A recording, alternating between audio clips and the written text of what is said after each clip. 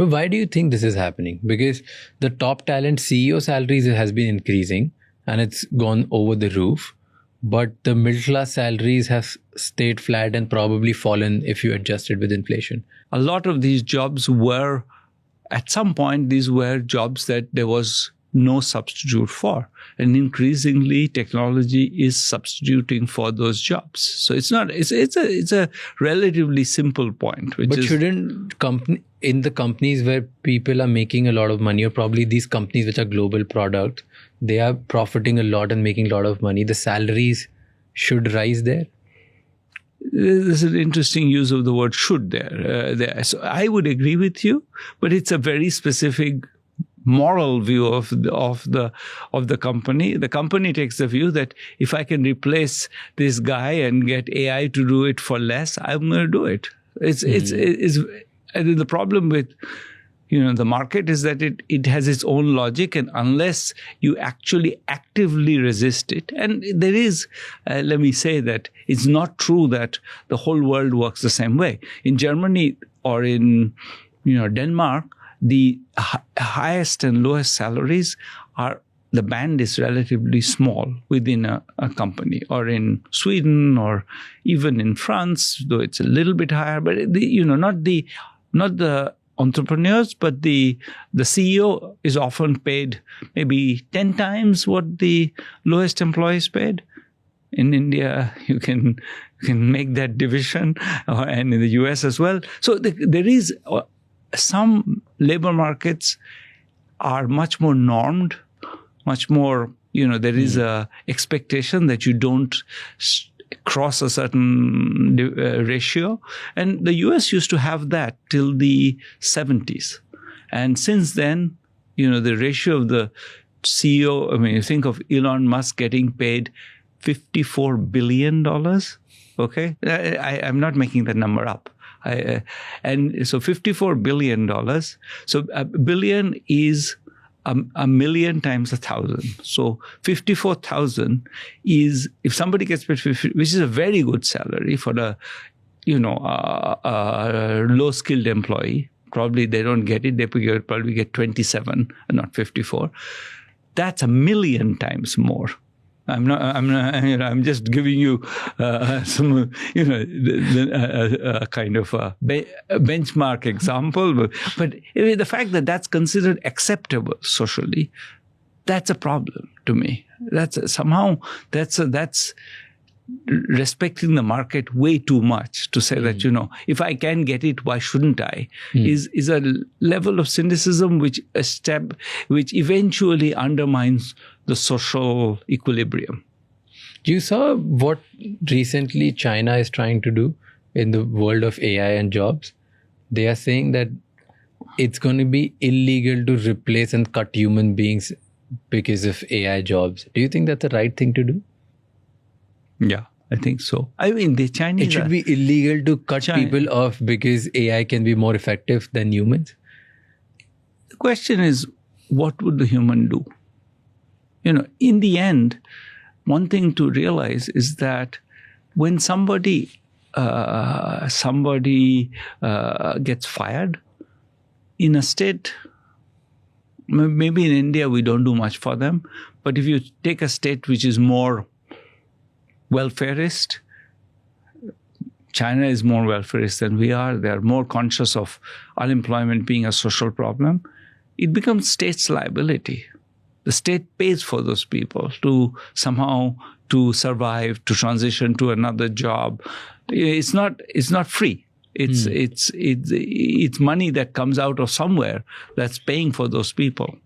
And so I think there is a legitimate ground to say that if I can increase my profit by 5% by firing somebody, but I ruin somebody's life, then there is some value attached to that choice that should be taken into account, that there's some social concern that is reflected in the fact that this is somebody who will have very, who has children who go to school, who have hard time, rather suddenly, even if he can get a job somewhere else, to move and to cut his standard of living and to sell his car and, move out of his apartment. All of these things are extremely costly and emotionally costly, but also economically costly.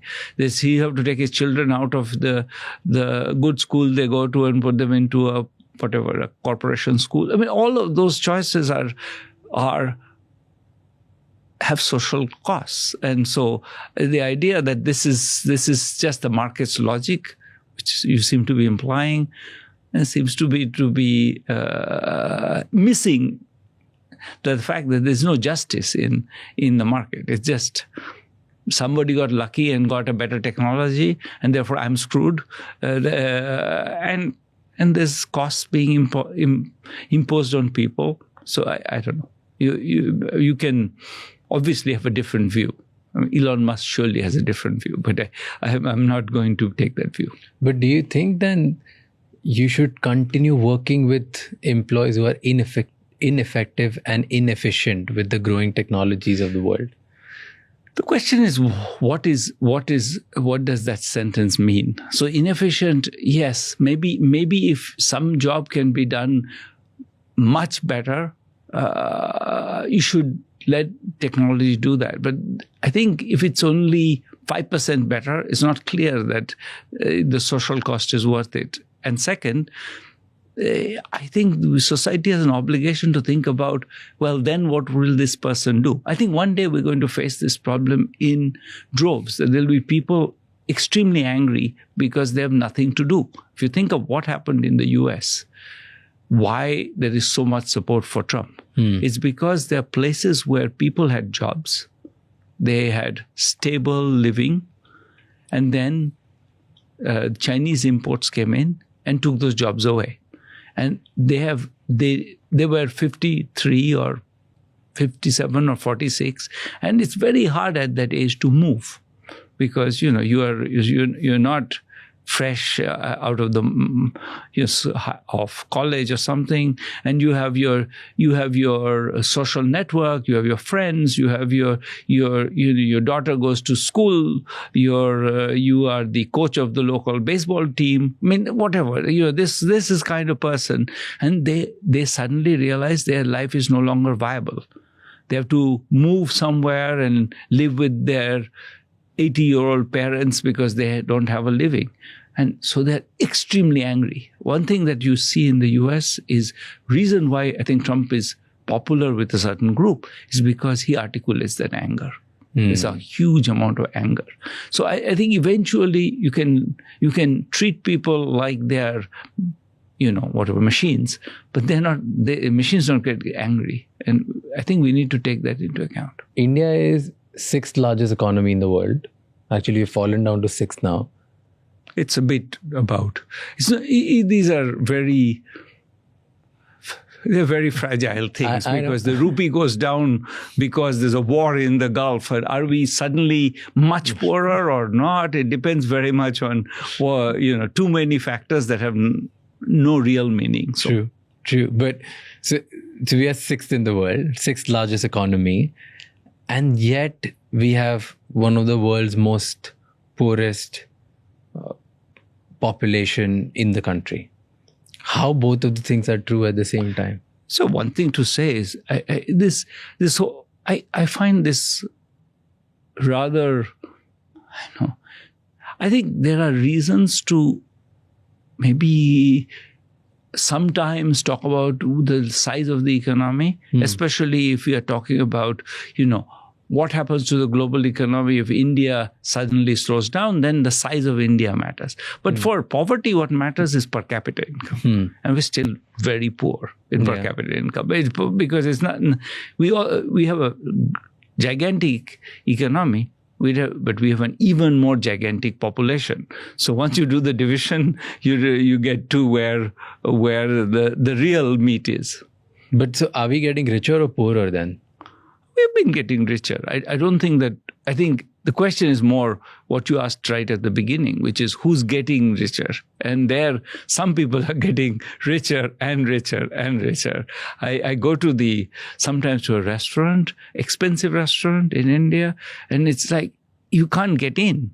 There's so many people who can spend, 5,000 rupees per head without a thought. And then there are people who can't spend 5,000 rupees in a month. But it's not that you see you know what I'm talking about. Yeah. But what do you think is the biggest thing then, which economists, politicians, or all the experts are probably fundamentally getting wrong about India's poor? I don't think they're getting it wrong. I mean, I think there are kind of very politically motivated kind of people claiming there is no poverty in India.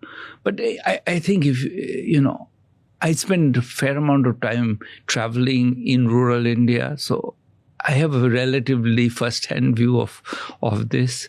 I would say that's I was in December. I was in northern Maharashtra in the tribal belt, and see what the houses are like. I mean, I'm not saying that things haven't improved. Things have improved. But if you look in Mumbai, the jhoparpattis are still there. Right? You come into Andheri and suddenly there is this set of completely falling down little. I mean, I think we are a little bit. I mean, other than people who have very specific political motivations, it's hard to imagine anyone not recognizing that there's a fair amount of poverty left in India. That's not to say that things haven't improved. Things have improved vastly since. In my lifetime, vastly. The poverty I saw when, I was as a teenager, I spent a fair amount of time in villages and, in Jharkhand or something. And there the poverty was, nobody had there were, people wore, one dhoti and maybe had a gamcha to put around their shoulders, but that was it. But there was a dire poverty. What has changed about poverty and the rich-poor gap? I think the rich-poor gap has the rich have got richer relative to the poor. But the government has also, the fraction of income that the government gets has gone up.